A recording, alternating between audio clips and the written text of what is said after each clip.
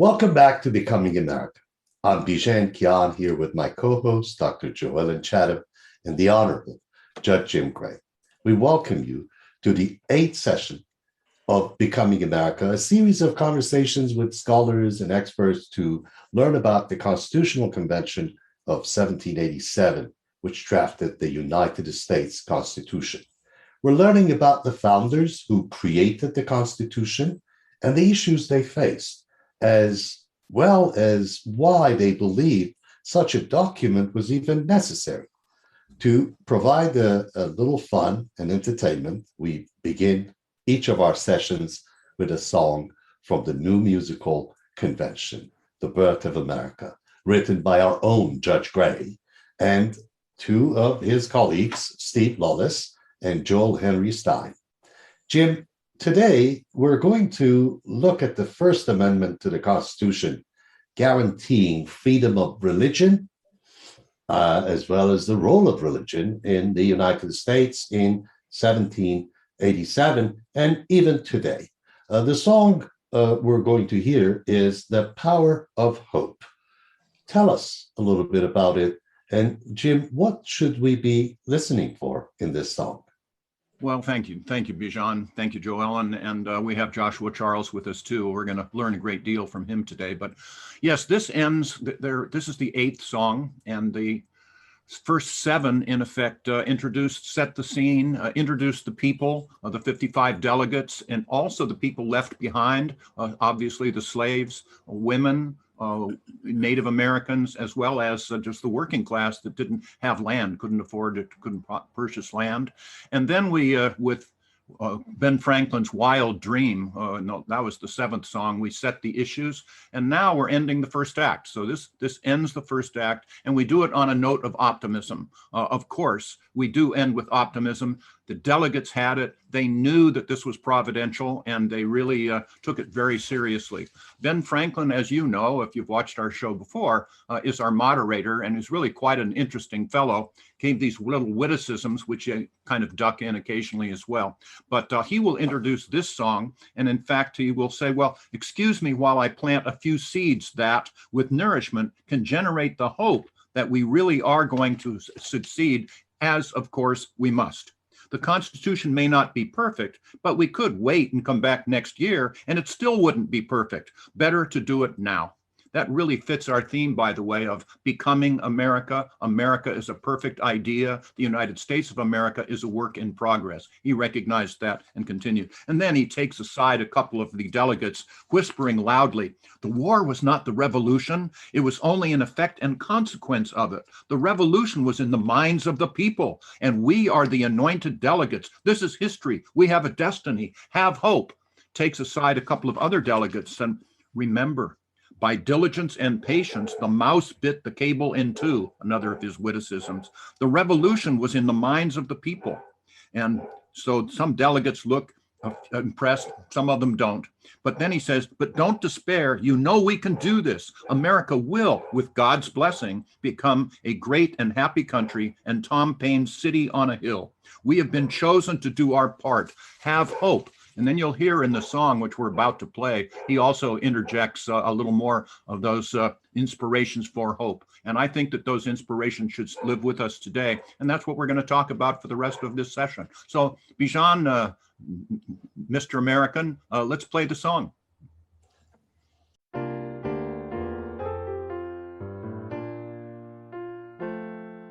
So many conflicts with our peers, time of elation, time of fears, but in our gathering, hope appears now at this convention. Time of spending, time of thrift, time of mending, what now is rift? Our ship of state is now adrift, so we come to this convention. The power of hope, it from the challenge of God. We can't elope, so this challenge we seize and have no fear, because it is we here and now who have that hope.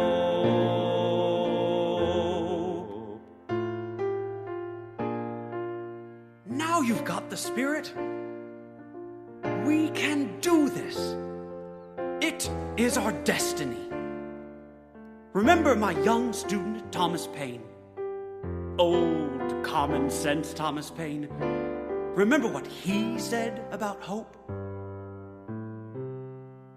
The harder the conflict, the more glorious the triumph. What we obtain too cheap, we esteem too lightly. It is dearness that gives things their value.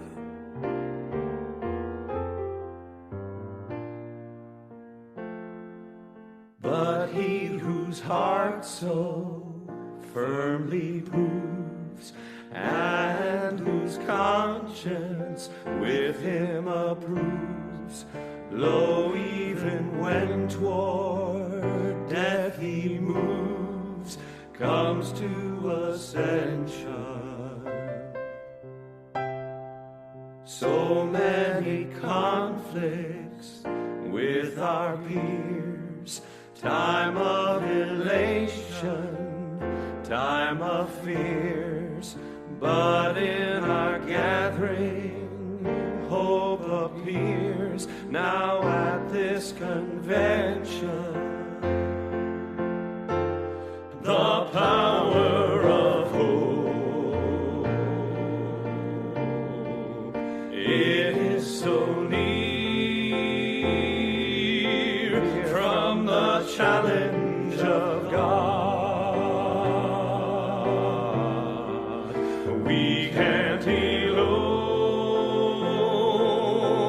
so this challenge we see and have no fear, because it is we here and now who have that hope. The power of hope, the power of hope, it is so near, so near from the challenge of God. We can't elope, so this challenge we see and have no fear, because it is we here and now. We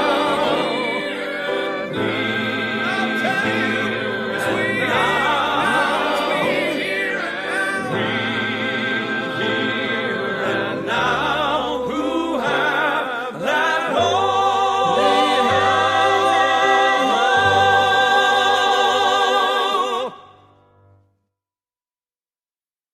That is certainly a powerful song. And, the power of hope motivated Americans to defy the oppressive edicts of the British government and declare independence, as well as form a more perfect union under the Constitution. The song also invokes the power of God.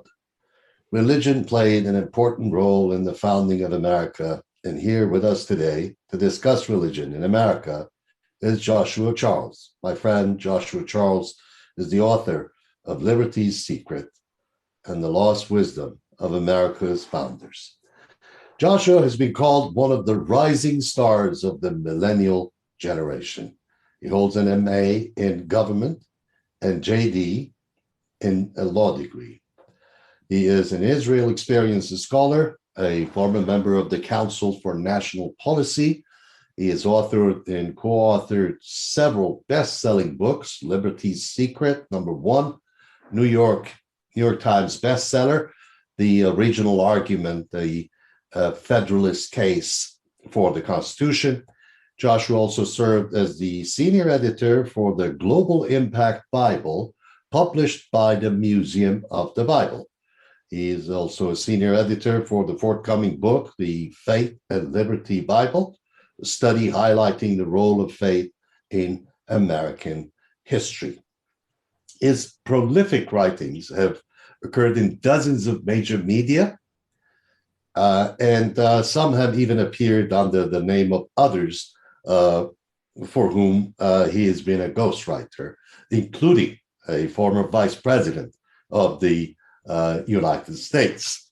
To top it all off, Joshua is also a concert pianist. Joshua, welcome. Thank you for joining us. Thank you very much. But before we start, I have to ask you a question. You're a musician, Joshua. What do you think about the play, The Power of Hope? I thought it was quite good. I actually was in line with how most musicians are. I was less critical of it than Judge Gray himself. We musicians tend to be very self-critical, so I actually enjoyed it quite a bit. That's wonderful. So today, we're going to have a conversation, and I'm going to ask Dr. Joellen Chatham to ask the first question. Dr. Chatham, please go ahead.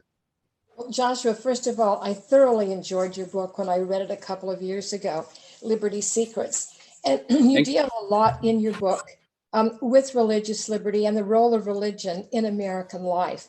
And we all know that the founders of this country came in large part for religious freedom, whether it was the French Huguenots or the Puritans or others.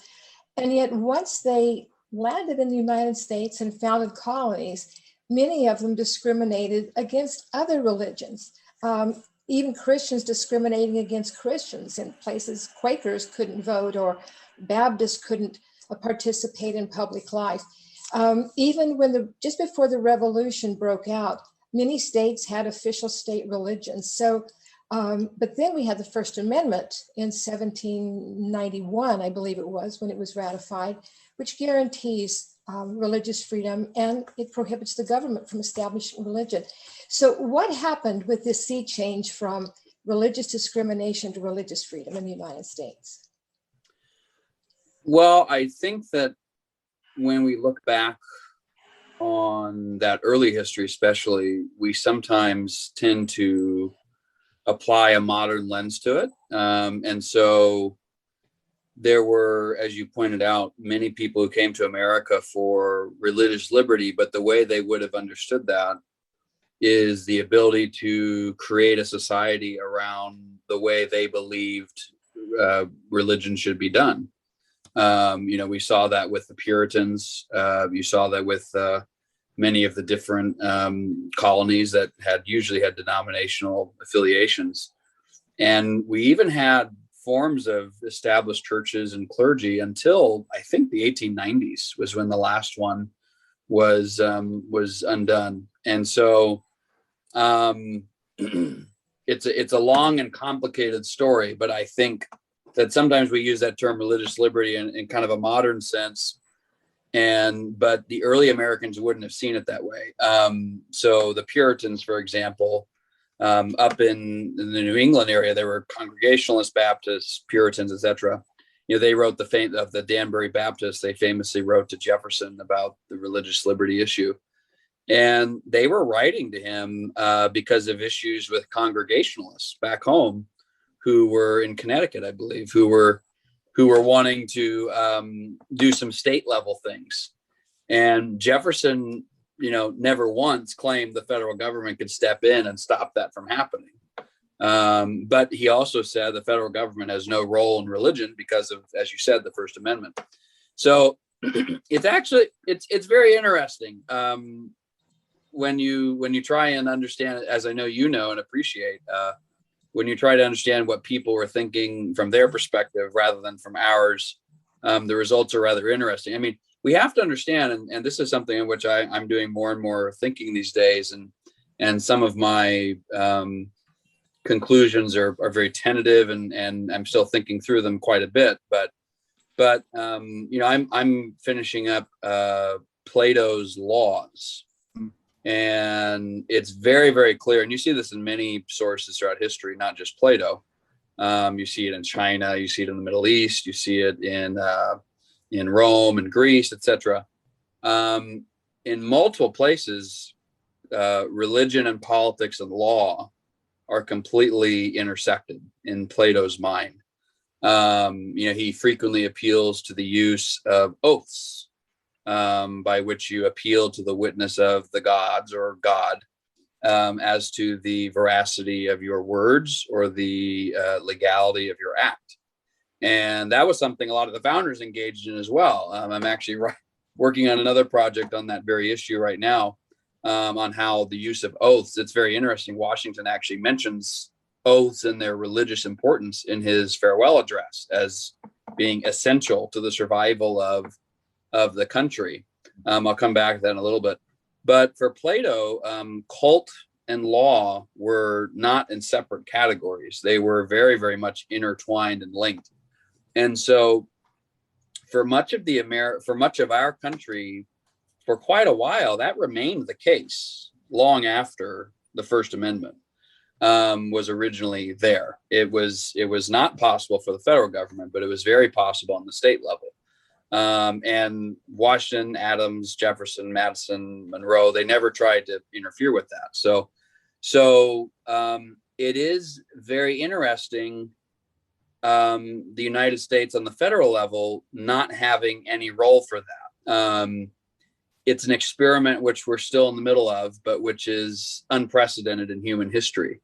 And so obviously the situation can't be changed at this point. And I'm not even sure it'd be a good thing if it could. But it is a very, very new thing in history, and we're in the middle of seeing how well it will work or not. There's a lot of things going on that I think raise questions that don't undermine the notion of religious liberty per se, but we really do need to ask some very tough questions of ourselves, quite frankly, in my estimation. Joshua? I think some of the founders, such as Jefferson, Madison, and others who were more Enlightenment thinkers, actually they didn't limit this freedom to religion. They expanded it to freedom of conscience in general, which was particularly liberal at that time. And I also found it interesting that some of the state religions, the official religions, were pretty lenient. Peter Muhlenberg, for example, who was the son of the father of the Lutheran Church in America, Henry Muhlenberg. Peter Muhlenberg was a Revolutionary War general, but he was also a minister. He was called to a church in Virginia to preach, and it was not an Anglican church, but the Anglican church was the official church in Virginia.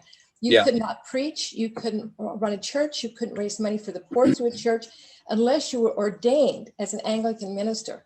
So Peter Muhlenberg, a Lutheran, gets on a boat, sails to England, and is ordained by the Archbishop of, I think it was the Archbishop of Canterbury, who actually ordained him. He came back and then served in a Lutheran church in Virginia. So it wasn't really strict in many cases. Yeah. Well, and it's interesting because even someone like Washington, we have letters from him where he was all for people being able to go to the different houses of worship they wanted to, but he was completely fine with a system of like what the Germans have today, where people pay their taxes and they say whether it'll go to Protestant, Catholic, or some other thing. They kind of direct how their taxes will go. Washington was entirely in favor of that because he believed that public money needed to be put toward religion. So it's very interesting. It's not, but he believed that for Virginia, not for the United States. And so, which he has many beautiful letters, where he says we give, the government gives to bigotry no sanction and things like that. I think that's in one of the letters to the Jewish synagogues. So it's all very interesting, as you know, when you go into the details. It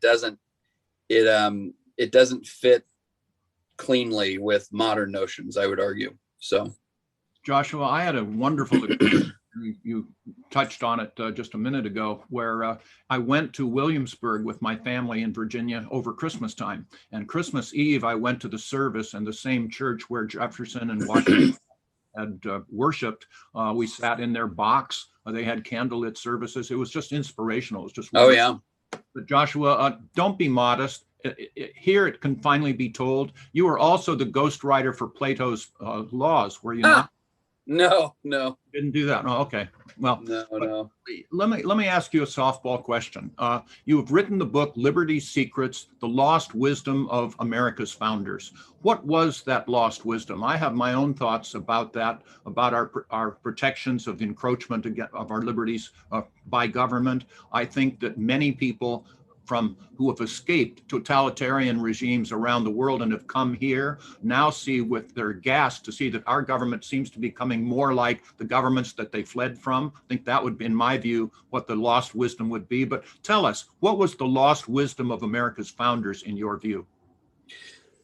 Well, I break that down into a number of different categories in the book, but especially in light of what is going on now, what's been going on for a number of years, but especially now.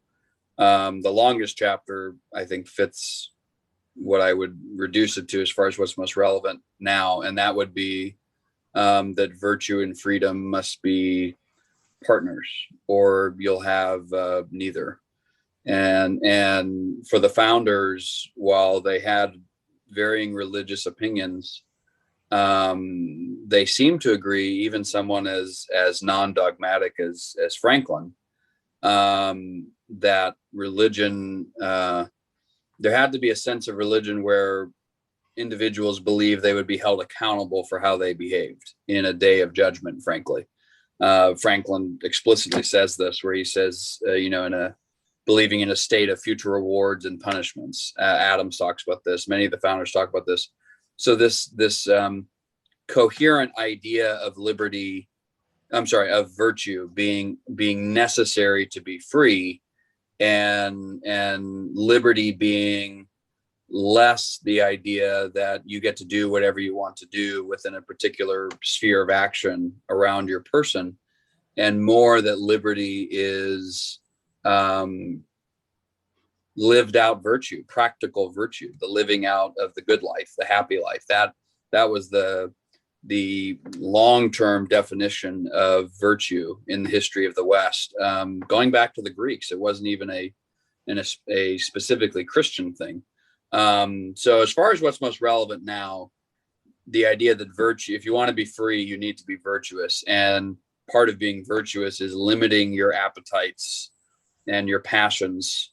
I think it was best put by Edmund Burke. I think I had this line in there. It's been a while now, but he said something to the effect of,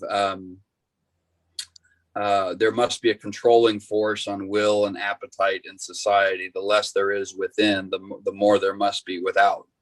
So there's this very formulaic quality to that. And I think it's something that many modern Americans, I won't presume to say most, because I think there's a lot of decent people out there who are probably very intimidated to actually say what they believe right now. But I think there's a good deal of modern Americans who simply don't get this and would probably outright reject it. They see liberty as simply fulfilling their desires and their passions at any given moment. And our system is not only becomes more difficult, but I would argue impossible to maintain if that's the case. I quote Benjamin Franklin right before the comments I made in the introduction.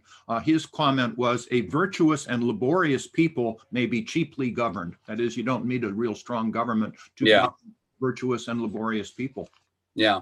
Well, Joshua, there is also a notion. We go back and read John Adams saying this Constitution is only for religious and moral people. Yeah.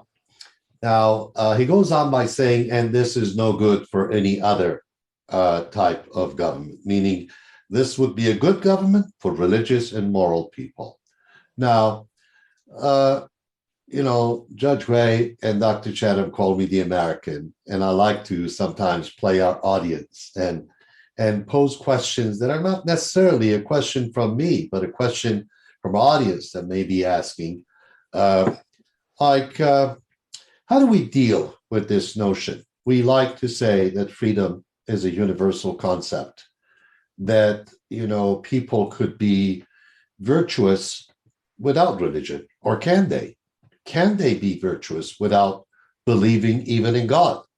And, I've always asked the question from people, if mankind is happy with you, is that an indication that God is also happy with you? Or do you have to make God happy? And who interprets God's happiness? And, there are governments around the world today that use religion to say, this is what God wants you to do.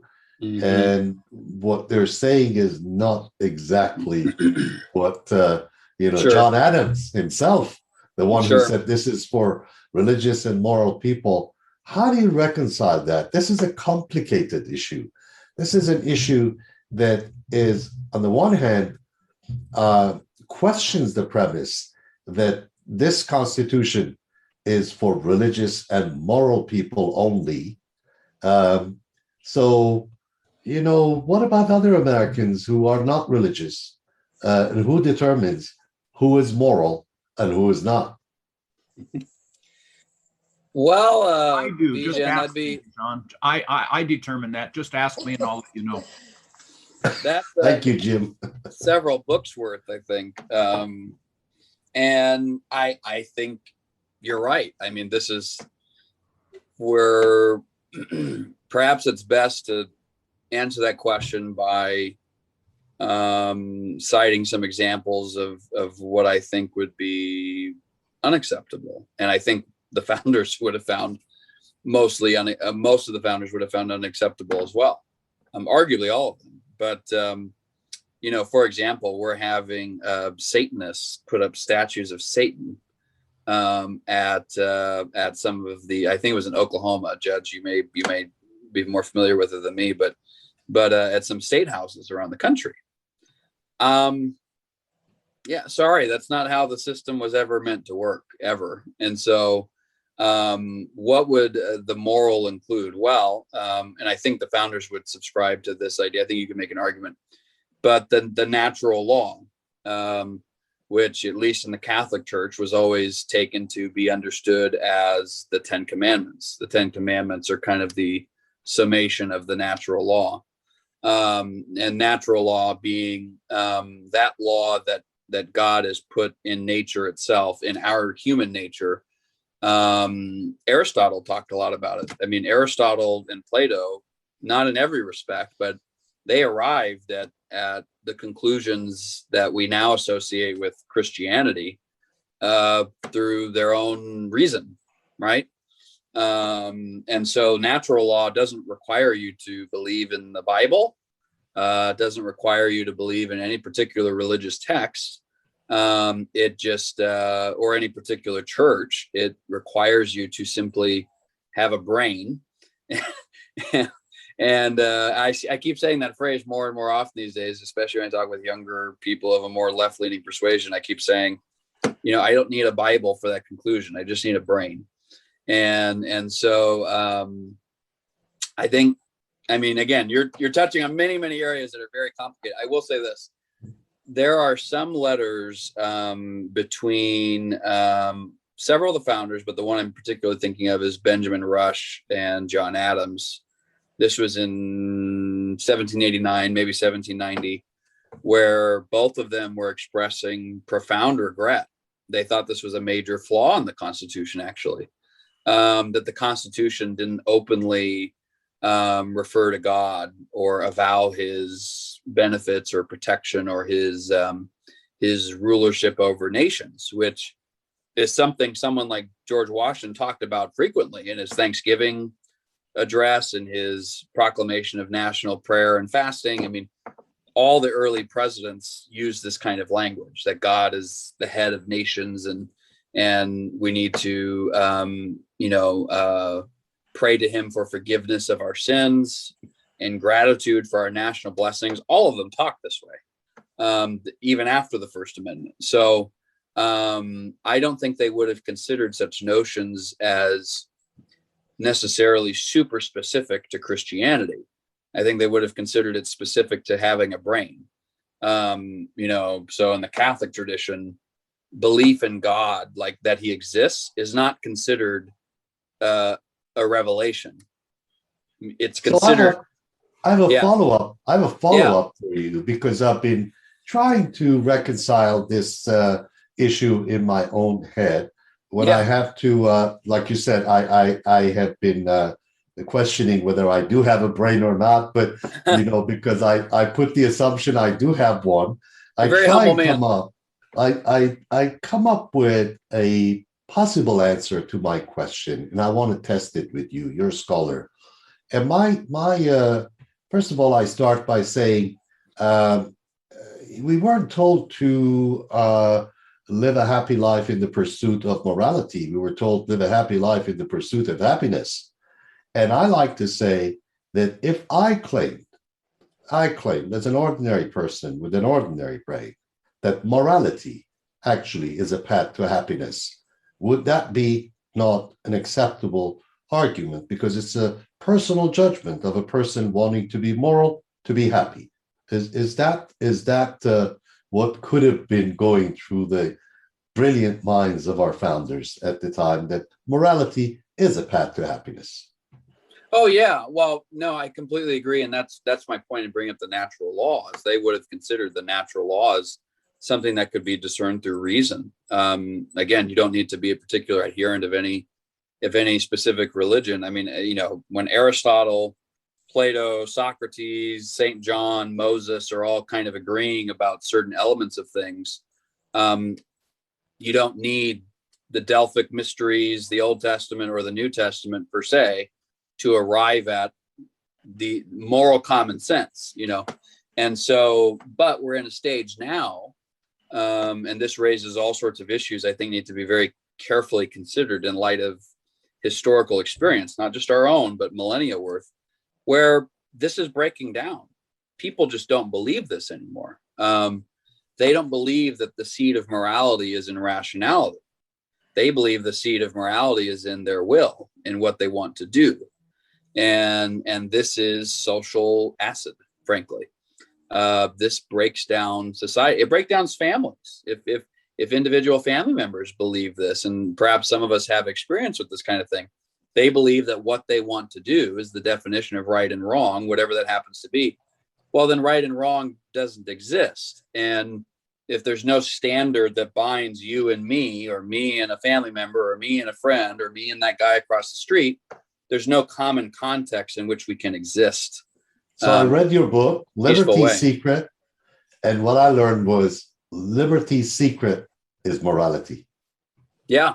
Well, like I said at the beginning, virtue and freedom are partners. I think that's the longest chapter. It's a almost 300-page book. I think that one chapter, maybe I could have broken it up a little bit, but that one chapter is 100 pages. Well, the men who wrote the Constitution were very well read overall. And they not only read the classics, but they also read the writers of the Enlightenment. And when you look at Hobbes, Rousseau, Locke, Montesquieu, they all talked about man in a state of nature where there is no government. It's nasty. It's a bad place to be, because everyone does what is right in their own eyes, so to speak. They do what they want. And that's why men formed governments for mutual self-protection. And those governments have to be based upon some commonality, some common beliefs. And our founding fathers, and they wrote a lot about it, but they didn't put it in the Constitution because they thought the schools and the churches and the homes would take care of it. And that thing that they wrote about so much was virtue. And they understood this concept of it's all about me. I know when I used to be teaching, when I was teaching in college a number of years ago, I would bring up this example. You don't have to teach children to be bad. Yeah. You have to teach them to be good. And it starts when they're about 2.5 years old and you've just baked some chocolate chip cookies and the smell is permeating the house, and you leave the room and you tell your 2.5-year-old, don't eat the cookies while mommy's out of the room. And when you come back, the evidence is all over the face. They've eaten the cookies, and you say, did you eat a cookie? And the answer is, no, mommy, I didn't eat the cookie. I mean, so we don't have to teach our children, and they grow up to be adults, we don't have to teach them to be bad. Self-interest is always about me. Virtue is not just about me, it's about me and the rest of society. And I think that's what our founding fathers were getting at, because the more people are virtuous, that is, it's not all about me, it's about all of us, with honesty and decency, et cetera, the less you need government. The more people misbehave and lie and cheat and steal and break contracts, that's when you need government. That's why they felt virtue was so important in a form of self-government. You need less government if people are virtuous. Yeah, well, this gets to one aspect that they frequently talk about, but many people have forgotten. I mean, even someone as non-dogmatic as Ben Franklin, the guy, he wasn't a deist being, just for the sake of the audience, many people say the founders are deists. Well, a deist understood then would be a God who created the universe and kind of wound it up like a clock and let it go. Franklin didn't believe in that. He believed in a more theistic view of God, where God is involved in human affairs and in oftentimes mysterious ways, but he's involved. And so, but you don't have to be, again, and this is not me surrendering on the unique claims of Christianity and why I believe they're essential for happiness and eternal life, but you don't have to be a Christian to understand these things. Plato believed in the immortality of the soul. Both Plato and Aristotle are there. I would say they have an inadequate understanding of it. This insight came to me from John Quincy Adams. He writes about this. He had these beautiful letters on the Bible to one of his sons, and he was saying that one of the things that Christianity brought into the world is a much clearer sense of the afterlife and judgment for what you do. And so, but he points out, Aristotle and Plato and some of the pagan philosophers had already realized this. I mean, Plato openly talks about it, that you will be judged for how you act in this life. And so that's a part where I think, we need to be very, very clear with people when we're talking about this, that virtue is not just some disembodied abstract ideal that's just kind of out there. It's something you will be personally held accountable for by God after you die. In the project I'm working on the role of oaths in the legal system, I mean, Washington explicitly connects oath taking with religion. You're calling on God to be a witness as to the veracity of your statement or the validity of your act. And this was an inherently religious thing. Cult and law were very much together on this. And part of the reason why it was intended to be so powerful was because if somebody believed that if they were lying, they may get past man's justice, but they'll never get past God's justice, they wouldn't do it. I mean, Tocqueville talks about, he's in America in the 1830s. He was in New York, and he said that a New York judge, there was an atheist brought in as a witness, and the judge just flat out denied the atheist the ability to be a witness. Why? Because the atheist refused to take an oath that by which he was bound to God being a truthful witness to his actors. So he didn't believe in God, and so the judge didn't believe he could be properly bound and trusted. That wouldn't fly today, of course, but that was a very common view back then. I would argue that most, if not all, the founders had that view. And so, but of course, modern notions of religious liberty, I think, for most people would totally would reject that. And so, even among many conservatives. And so, it's something that, the deeper you go into it, it's more and more fascinating. But again, it's not virtue. And I think you're saying this, but it's not virtue as some disembodied ideal that you hope to, that you just say to people, oh, you should do this just because it's the right thing. Sure, of course, but there's also the element of reward and punishment after death. So Joshua, how do you reconcile? You said the veracity of your word and the validity of your actions. Yeah. First of all, measuring the two. Is it the same? Is it not harder to measure the veracity of your words than the validity of your actions? Because actions are physical, they're there, Sure. they could have some measure, Sure. but the veracity of your words can only be tested, measured by your belief in a higher power that you call as witness to the veracity of your word. So Yeah. today you say it doesn't fly. What does fly today? In other words, because I'm still trying to figure it out.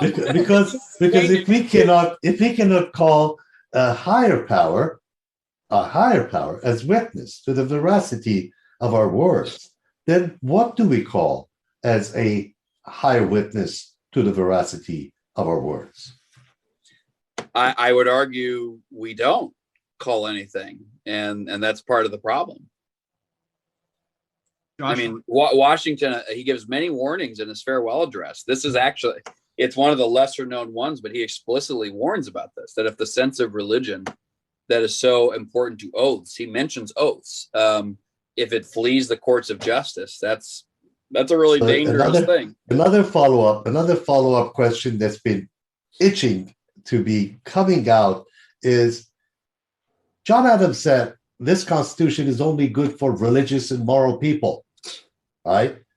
But how about religious and moral leaders? Do we have a notion of that? What did the founders really, and I know what you think, but I want to ask the question for our viewers. What did the founders think about requirement to govern, requirement to be the leaders? Did they also believe that if you are not a religious and moral person, that you cannot be a leader? I think many of them, Jefferson faced this issue in the 1800 election. I mean, he barely won. There was multiple rounds in the House to figure that out. And one of the main, now I think this was probably overdone, but he certainly wasn't as dogmatic as many of the other, most people in America at that time. But he was accused of being an atheist. That was one of the main, and that there were, this was ridiculous, but there were people claiming that if Jefferson was elected, Bibles would be burned and, things like that. Of course, that was ridiculous. But it was part of the criticism of Jefferson. And, people like Sam Adams would say that, if a man, cheats on his wife, why would we expect that he wouldn't cheat the public if he was in public office? So, essentially what they say is necessary for citizens, they say is even more necessary for those who are in positions of political authority. Well, Jefferson was particularly interesting too, because for those who haven't, who are interested in presidential elections, he was actually elected in the House of Representatives. Yeah. Because he didn't have enough electoral college votes. So people should read their history. One reason Jefferson was accused of being an atheist was because he wrote the Jefferson Bible. He believed in God. He believed in the Judeo-Christian tradition, but he did not believe in the deity of Christ. He believed that he was a great teacher and a moral man, but he didn't believe in his divinity. So he actually wrote a Bible, a New Testament, in which he removed all references to miracles. And that's one of the reasons he was considered by some to be an atheist, but he was not an atheist. Yeah. That happened after the election, but no, you're right. There was a notion out there that people knew he wasn't particularly dogmatic on those issues. So anyway, Judge, I know you were trying to ask a question as well. And thank you. The things that you have said have given rise to 5 comments that I will make, short ones. The first is, Josh, that you are actually a wise senior citizen in disguise. You show so much wisdom in such a young period of time, and I'm amazed by that. Number 2, I'm going to quibble with you a little bit. Lots of people have brains. I wouldn't recommend people to have a brain. I'd recommend that they use them, because they don't. And I think there's a difference there that deserves to be mentioned. Totally, yeah. The other is the Constitution, bless its soul, stands for the proposition that if somebody wants to, they can burn the American flag. Freedom of expression. So the flag stands for as a symbol that you can burn the flag. And if somebody wants to put up a statue of Satan in the United States of America, they are welcome to do it. under the Constitution, not on public property, but you can put up a statue of Satan on private property if you want to, because that's what the Constitution stands for. Damnable that would be. The other is that you have inspired me to bring up a word from our alternate sponsor. I'm involved with a group. It's a website called www.projectunderstanding. Project is PRO-JECT understanding. And we have numbers of religious leaders, scholars that write essays there on our website about the commonalities among the world's religions and philosophies. And just like you were saying, John Dewey's A Common Faith would fit into that as well. There are many commonalities that we should focus upon. And what we seem to be doing today is focusing on the differences, and there certainly are some, but this one focuses on the commonalities. And then there's one thing that you have been doing here that gives rise to ask a question of you. Joshua Charles, what do you call a cow that's just given birth? And I'm sure that that's been on your mind, and I know that's of superseding importance, but in fact, one attorney in one of my mediations said utterly exhausted, which I thought was clever, but I like mine better. What do you call a cow that's just given birth? And the answer is decaffeinated. And I see that you've been drinking coffee there, so that's what spurred it into my memory. Okay, yeah. So what would you like me to deal with first? Burning the flag. Do you believe that you could put up a statue of Satan in your private property if you wanted to under our Constitution? Yeah, in your private property. Yeah, absolutely. That was my. But unfortunately, it's been being put up at public property. No, not at or nearby public property. I think it was in Oklahoma. Let me ask you a following question. If somebody puts up statue of Satan on their public property, but the statue is visible to others who may not believe that that is consistent with the boundaries of freedom for them, are they also allowed to do that because simply it is on their property?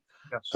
Or do they have to be recognizing the rights of others, not to have to face something that they like? The United States Supreme Court, Bijan, in the Skokie, Illinois case, just after the Second World War, with all the Hitlers and the Nazis, they upheld the right of the American Nazi Party to have a parade carrying swastikas and marching and goose stepping and the rest. And this was a Jewish area. But they said, yes, under the Constitution, they have a right to do that. So they have a right to be heard, to speak. They do not have a right to be listened to, however. Yeah. No, I'd have to look at the details, but there was, I believe it was Oklahoma, where there was a state capitol building where, because there was a display of the Ten Commandments, they also allowed a display of a statue of Satan. And so, on the premise that everything that calls itself a religion it needs to be treated equally under the law. Again, this is a thorny area. I'm quite frankly thinking about more myself, because on the one hand, if you're not going to legally make distinctions between anything that calls itself a religion, that's necessarily required. On the other hand, I know that that's utterly inimical to anything our founders even conceived was possible under the Constitution, under the First Amendment. And look, our founders, there were obscenity laws back then. There were defamation laws back then. There were a lot of things that we have today that modern jurisprudence has put under the categories of freedom of religion and freedom of speech that our founders would not have accepted. And so that's part of why, when we're analyzing history, I'm saying we need to be, very careful about that we understand what they meant and what they considered acceptable in their time. And not just assume that whatever the Supreme Court has determined in the last 50 or so years is what they thought, because in many cases, that's just simply not the case. So, well, the First Amendment has allowed us to have on our coins or on our public buildings, "In God We Trust." Yeah. God is kind of euphemistic in some ways. Of course. If we wanted to put "In Jesus We Trust" or "In Buddha We Trust," that wouldn't fly, nor should it. Yeah, exactly. I think one of the issues facing us with respect to freedom is, what is freedom anyway? I mean, freedom is one thing, license is another. I mean, freedom and liberty also assume boundaries of behavior. License assumes no boundaries of behavior. So who determines those boundaries? Who determines what is moral, immoral, virtuous, non-virtuous?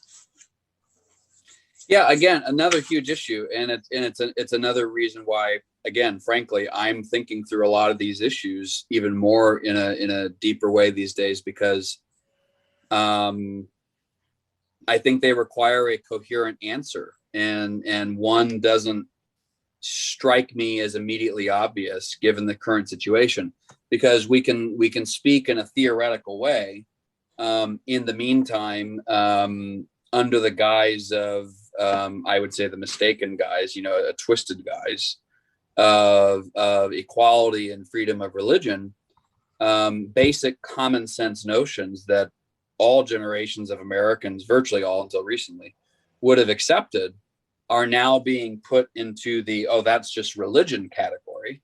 And so, I have a lot of millennial friends who aren't particularly religious, weren't raised that way, but they're terrified and horrified by, they have little kids, about what's going on in our public schools.